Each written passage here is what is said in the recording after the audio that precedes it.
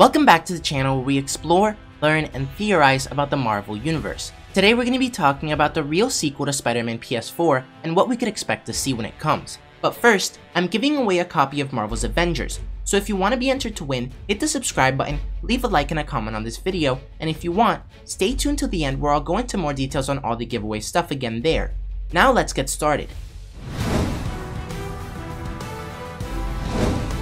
With the recent release of the trailer and hype over Spider-Man Miles Morales, especially with it being a separate spin-off game diving deeper into Miles' story as the Web-Slinger, I think it's time to start thinking about the real sequel to Spider-Man PS4. Wait, what? Not yet? Then why am I making this video? Because I'm out of ideas?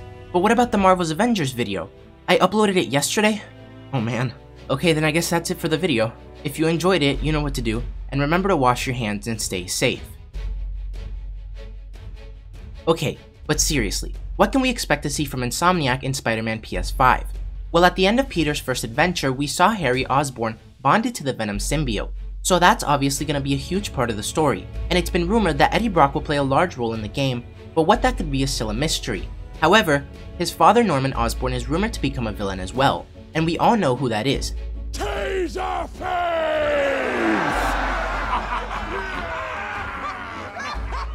Sorry, he becomes the Green Goblin, and normally it's through taking some sort of serum to enhance his strength, but it was also hinted at that he was trying to recreate the super soldier serum.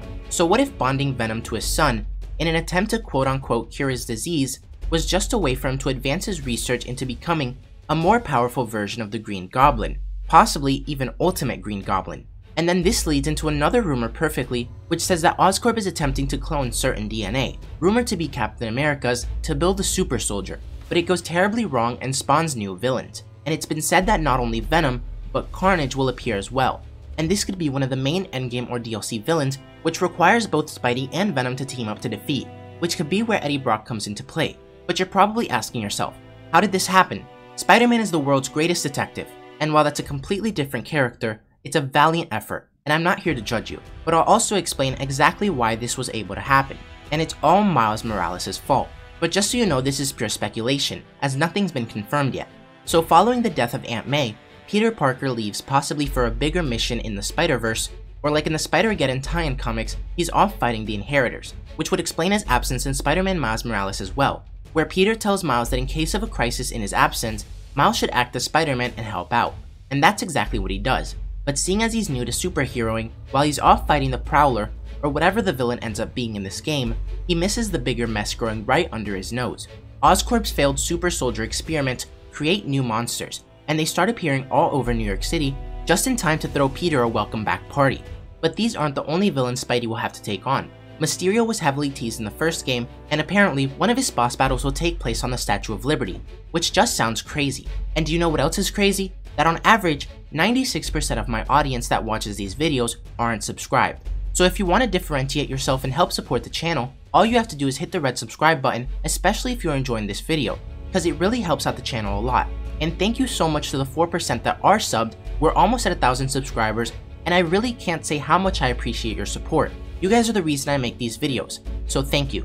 But anyways, like I said in my last video, imagine the Scarecrow nightmares from Batman Arkham Asylum, but 10 times better and more interactive, similar to what we saw in Spider-Man Far From Home. At least that's what I would hope they're planning if they're gonna include Mysterio in a game like this. And then there's other returning villains like Yuri Watanabe's Wraith and Hammerhead, who if you remember, was brought back to life. But there's also going to be a lot of story elements that we already know of being heavily expanded on, like Peter dealing with the death of Aunt May, him moving in with MJ and their relationship, and him now being a mentor to Miles. And we also know that they're going to keep working on previous in-game elements and trying to perfect them, like the web swinging, and most importantly, the random crime, because it got extremely repetitive very quickly. But thankfully, it seems as though Insomniac have noticed this, as leaks have stated that random crimes will be getting a complete overhaul.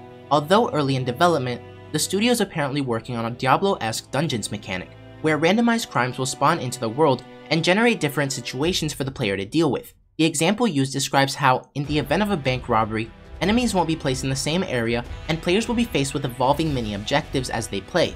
And the last bit of real information that we've heard was that the game would take place a couple months after the death of Aunt May, and that it'd be set in winter. Now this might have been talking about Spider-Man Miles Morales, since from the trailer we can clearly see that that game's gonna be set in the winter, but in my opinion, it wouldn't be too crazy to make them both happen during the same season, although it might be too repetitive, especially having them back to back. But it would be interesting to compare how Miles, with his new abilities, would adapt to the winter and snow, versus a seasoned veteran such as Peter Parker, who's obviously dealt with this weather and environment before, just like how you can already see a large difference in the way they swing from the trailer. Now take these next leaks with a grain of salt, because there'd be quite a lot of story that would have to unfold first before any of this happened. But it's been said that more side quests will be included, with Daredevil and the Human Torch making their debuts, and the Human Torch's missions will have you racing against Johnny. Then there are apparently 3 DLC packs already planned, just like the first game, but this time with Morbius, Carnage, and Wraith being the main focus of each one. But let me know what you guys think about all this, and let me know what you'd like to see in the sequel to Spider-Man PS4, from new villains to suits and everything in between. Now on to the giveaway details. We've gained 200 subscribers in the past 2 months, and I know that we can easily beat that. So for the 1000 subscriber giveaway, I'm gonna do something special. Whenever we hit 1000 subscribers, I'll choose a random winner and give away a copy of Marvel's Avengers. But there's a catch.